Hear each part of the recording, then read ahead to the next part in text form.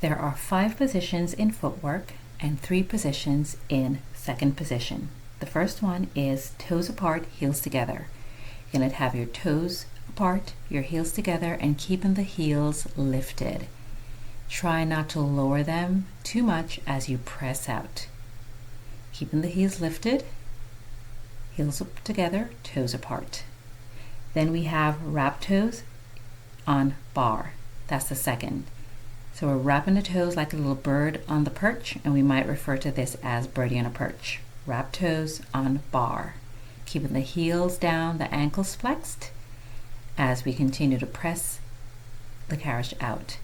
Then we have number 3, heels on bar. Heels on bar, and you're going to pretend as if you have an imaginary floor under the soles of your feet. So you're going to be pushing out, trying to keep your feet from pulling back or pressing forward as you press out. All right, so you're going to keep those toes pointing up to the sky and press away from your toes, keeping your heels still in space. Try an imaginary floor. Then we have high half toe. That means the balls of the feet are going to be on the bar, ankles lifted, and then we're going to be pressing out. So again, trying to keep the heels lifted here. Trying to resist the urge to lower the heels down, working on your calves, working on the high half toe here. Try not to drop the heels too much. They will lower, just a little bit. And then you're going to go into lower and lift, which is our 5th position. All right, so press out, keep the balls of the feet on the bar, lower the heels on the bar, and lift. And we will have variations of this. Lower and lift. Lower and lift. Good.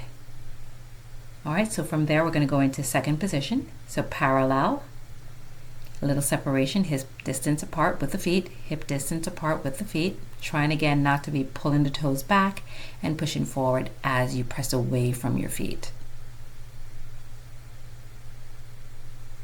Then we're going to go into laterally rotated. So we place them out to the sides of the bar, and it depends on the width of the hips. You might come in a little bit closer, and we're not going to over laterally rotate. Again, heels are on the bar, feet are still in space, not pulling when we press back or pressing forward when we come back in.